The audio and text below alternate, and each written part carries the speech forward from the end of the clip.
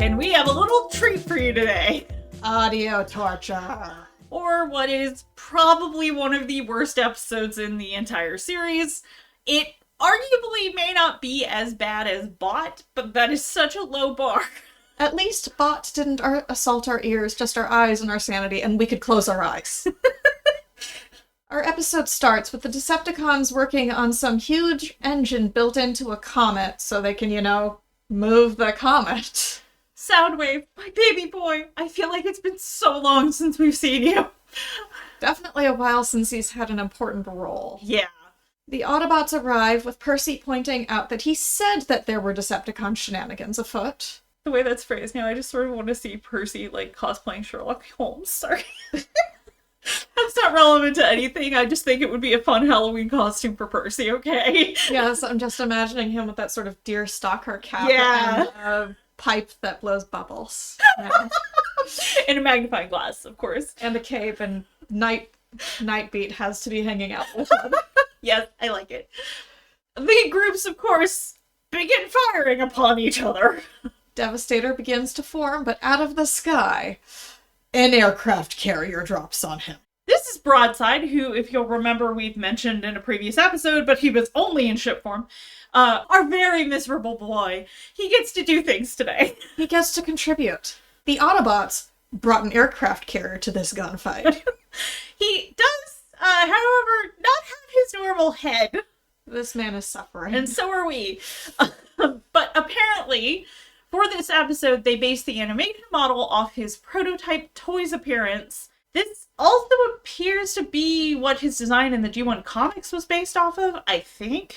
Later in this series, he will appear again with a different appearance based on the actual version of his G1 toy. In other words, in this episode, he's got a full face, but in other iterations, he has a head that just looks like a helmet.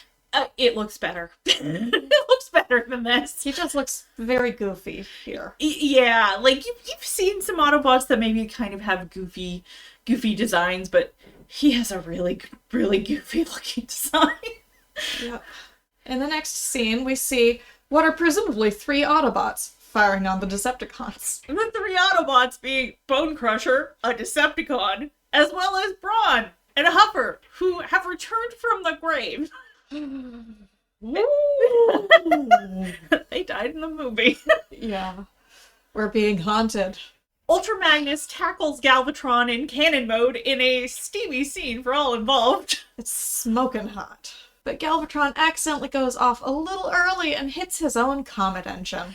And if you think we're being a little crass here, let me say that Ultra Magnus is handling the long barrel of a cannon that's a person for several seconds, and that I don't know what else to tell you because it looks awkward as hell. Yes, this is so the shot is so powerful, or the explosion from the engines or whatever, that it rockets the comet off into the cosmos and hurtling into a small planet. Or toward a small planet? Yes, it would have hit it. It doesn't. Spoiler. The Autobots attempt to divert the comet, but Galvatron and the Constructicons have something to say about that, and also a horribly mutated Soundwave with a mouth.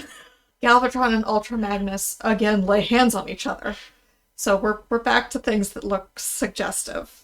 But suddenly, the comet disintegrates, blasted apart by powerful sound waves. As in, waves of sound. The character, Soundwave, masterful HR person, does not suddenly have the power to destroy planets on his own. No, I'm just imagining Soundwave being a whatever of Galactus. Because I think they can actually destroy planets on their own. Sorry, that just made me think of that. Chrome Soundwave.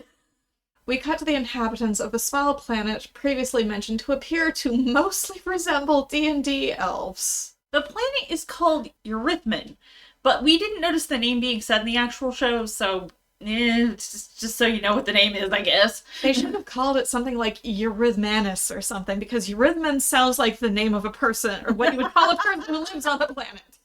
Yeah, it does. One of the aliens looks like he's doing a Henry VIII cosplay. The other is a woman in a mostly white spandex suit. They begin to sing their dialogue. Get used to this. It will not stop anytime soon, regardless of our desires, because, oh, the travesty. The episode cares not for our pain. The woman's name is Allegra, and the man's name is Basso Profondo. Allegra seems angry with Basso and leaves, telling a blonde man that she will be in her retreat. I'm going to my trailer! The blonde guy is named Zebop Scandana. As you may have realized, Allegra and Basso Profundo are music puns, while our buddy Zebop is named after the album Zebop by the band Santana. Because, of course, we've got to bring in modern cultural references, or it's significant cultural references of the time. Back with the Cybertronians, who are now picking themselves up off the surface of the planet. Galvatron asks the obvious question of, what the hell just happened? And Soundwave informs him that it was the most pure harmony that he's ever heard. This is like the most excited we ever hear Soundwave about anything. Yeah. Which is sad, because no offense to the VAs, but none of the singing in this episode sounds particularly good and is like further run through some kind of synthesizer, so it doesn't sound good. Yeah. Broadside is displeased with Galvatron after getting blasted out of space because, and we quote, "Do you realize what that did to my paint job?" He literally picks up Galvatron and chucks him. Yep. His face is still an abomination unto God, though. The Constructicons are not having any luck with being Devastator today, as they are immediately shot dead-eye to the crotch by Perceptor, and then falling apart. A firefight ensues again. Galvatron and Soundwave leave to find the source of the harmony. Ultra Magnus sees this while banging what we can only describe as two cassette-sized Constructicons together. Oh, the mass shifting in this episode. It's not good. There's a lot of things. There's just a lot of very strange visual things going on in this episode. Yep. Ultra Magnus, Blaster, and Broadside pursue them, the other two grabbing hold of Broadside's plane mode, because we must remind you, he is a triple changer. It looks very goofy. Percy and Hotspot hoof it away from the battle. Blaster informs Ultra Magnus that this entire planet is based on musical harmonies. And Ultra Magnus wants to talk to the band leader. They arrive and speak to Basso, who is unwilling to entertain the idea that he needs their help. Galvatron and Soundwave are professionally lurking outside the window nearby, and overhear the Autobots' conclusion that they need to find Allegra after Basso says that anybody can leave just like she did. Galvatron blasts a nearby bridge the Autobots are walking under, burying them in surprisingly rock-shaped rubble. He and Soundwave head off to find Allegra. The Autobots dig themselves out of the rubble thanks to help from Zebop, and he offers to help them find Allegra. But Galvatron and Soundwave find her first, while she's composing some sort of song.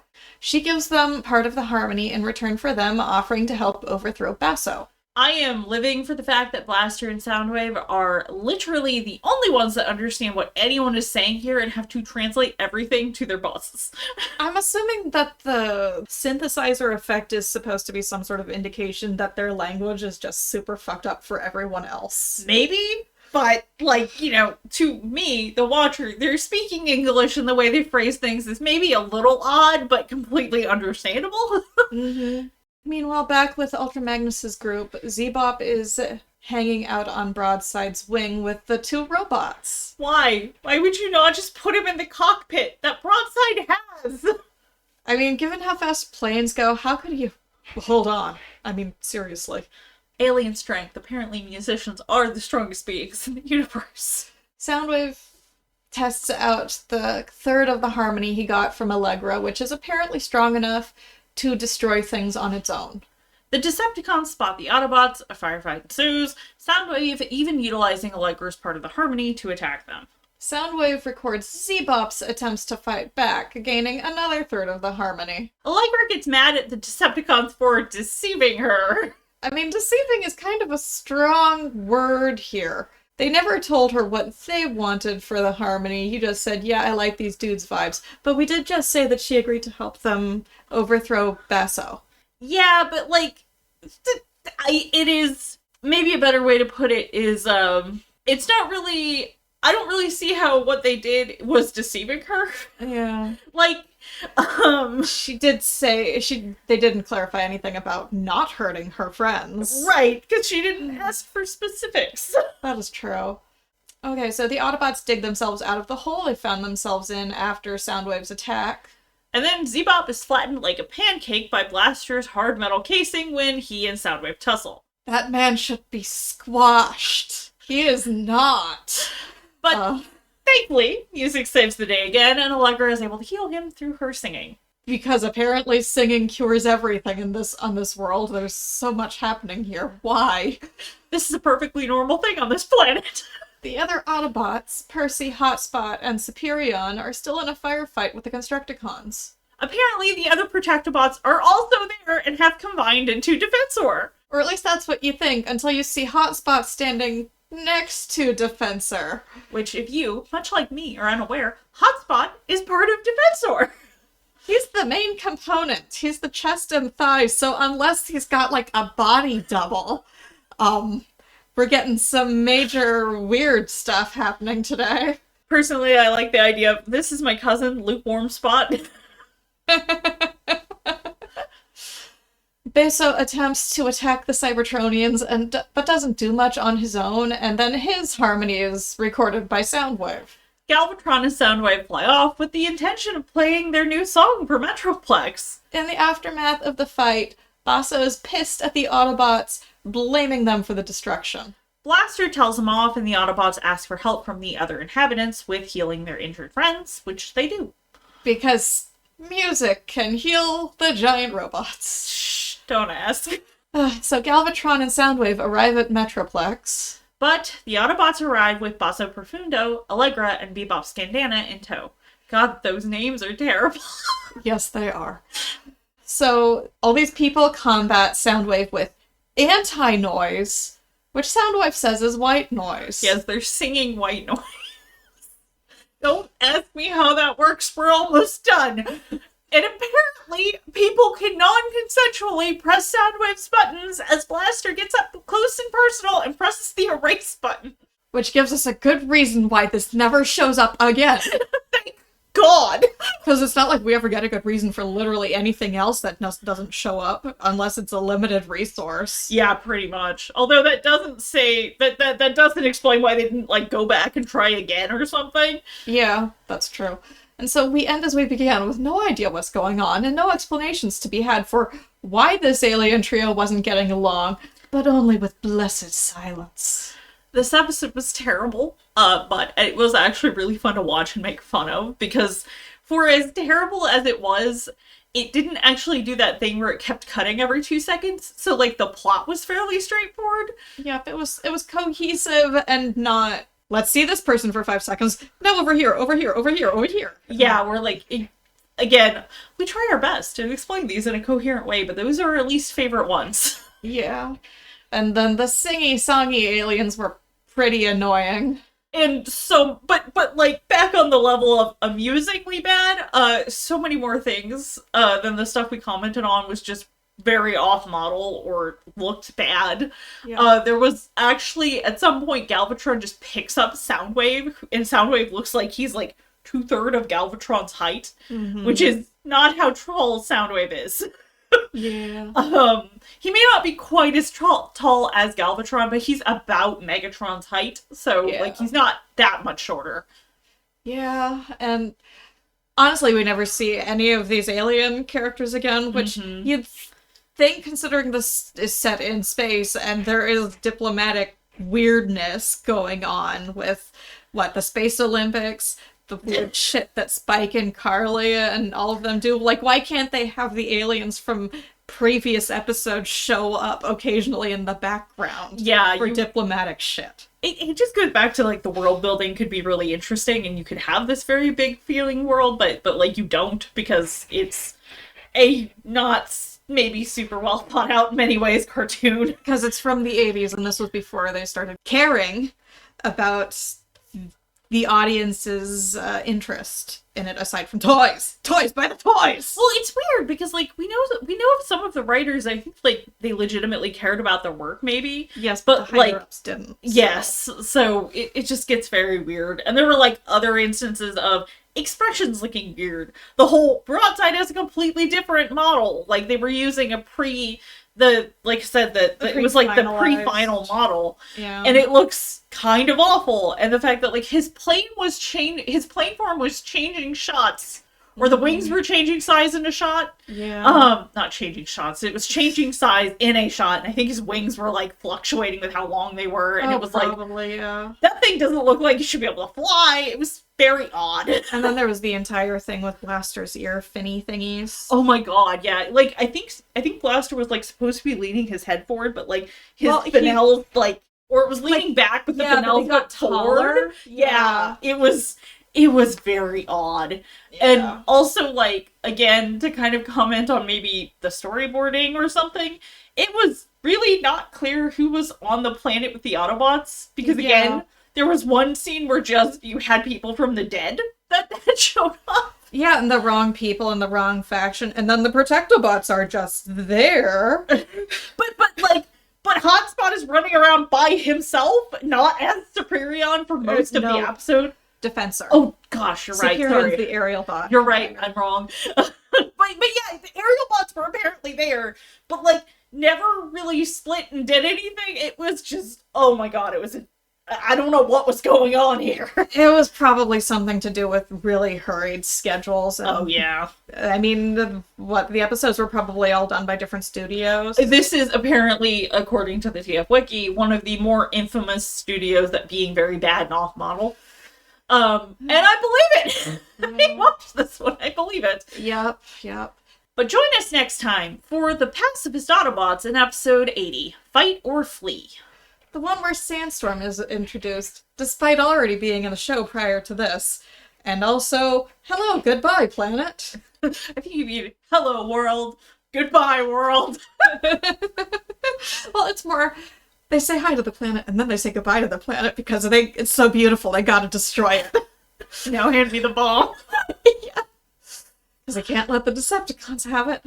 God. The only thing I will grant this show about one thing. Sometimes it really does feel like you have two 5-year-olds smashing a bunch of robots together because that's about as well thought out as their, motives are towards each other. Yeah. Like, I still can't get over Sandstorm and Octane going to the space truck stop.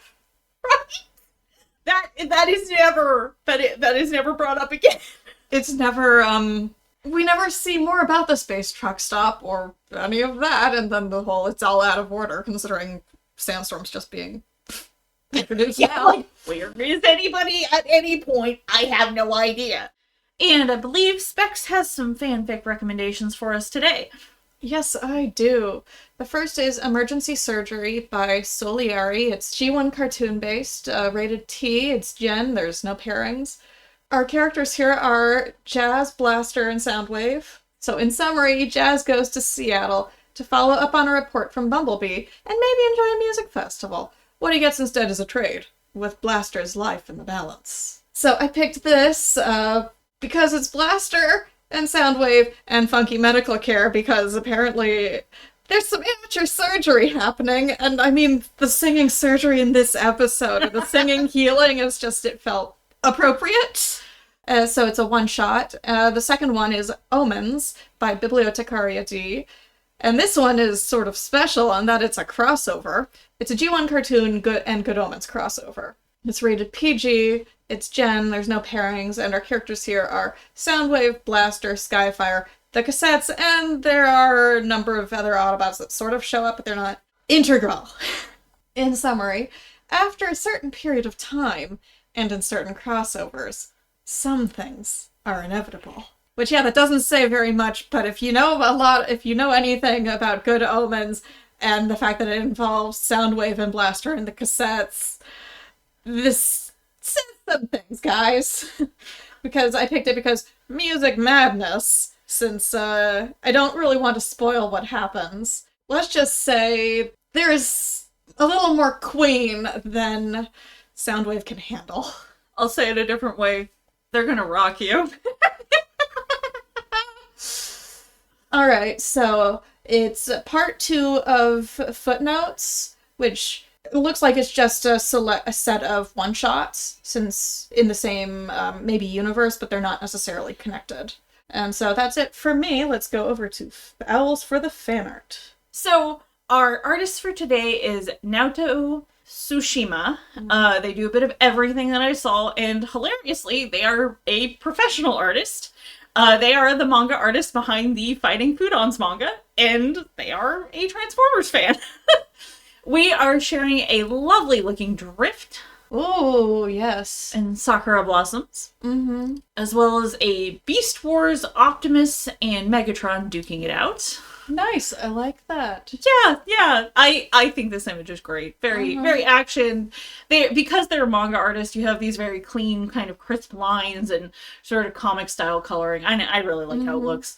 And then the last one is, well, it's a bunch of Transformers animated Decepticons dressed as bunnies. Playboy bunnies! Playboy bunny Decepticons. It looks like it was done for the year of the rabbit, since it says Happy New Year. From 2011. But my favorite thing about this image is if you go down to this poor man's tags, below it says, please don't jack off to this. I'm like, I don't want to know what this man has seen. I don't think. Yeah, considering, Starscream and Megatron are wearing, like, fishnet tights, and it looks like fishnets over their, like, their grills, maybe, on their torso. Yeah. But they all look very confident in their bunny ears. It's a very fun image. And also, shoot, I can't remember what that character's name is. Yeah. Maybe. Big guy. The big guy from Animated with the one eye on the front of his head who's obsessed with Megatron or really big into Megatron. He looks alarmingly, like, cute. The one of the ears. Cute. It's like got flashes on that one eye, and then the tip of the ear is sort of pointing down, and then it's not badly applied, but like childishly applied pink lipstick. Anyway, delightful. The artist has more stuff available. We will be linking to their Pixiv and their Twitter. And that just about wraps it up for us today. Remember to check us out on Tumblr or Pillowfort as Afterspark-podcast for any additional information, show notes, or links we may have mentioned. You can also find us on Twitter, or the app formerly known as Twitter. I refuse to call it X! At Afterspark Pod, all one word, and various other locations by searching for Afterspark podcasts such as AO3, iTunes, Spotify, and YouTube, just to name a few. And feel free to send us questions on Tumblr, YouTube, or AO3. Till next time, I'm Specs. And I'm Owls. Toodles.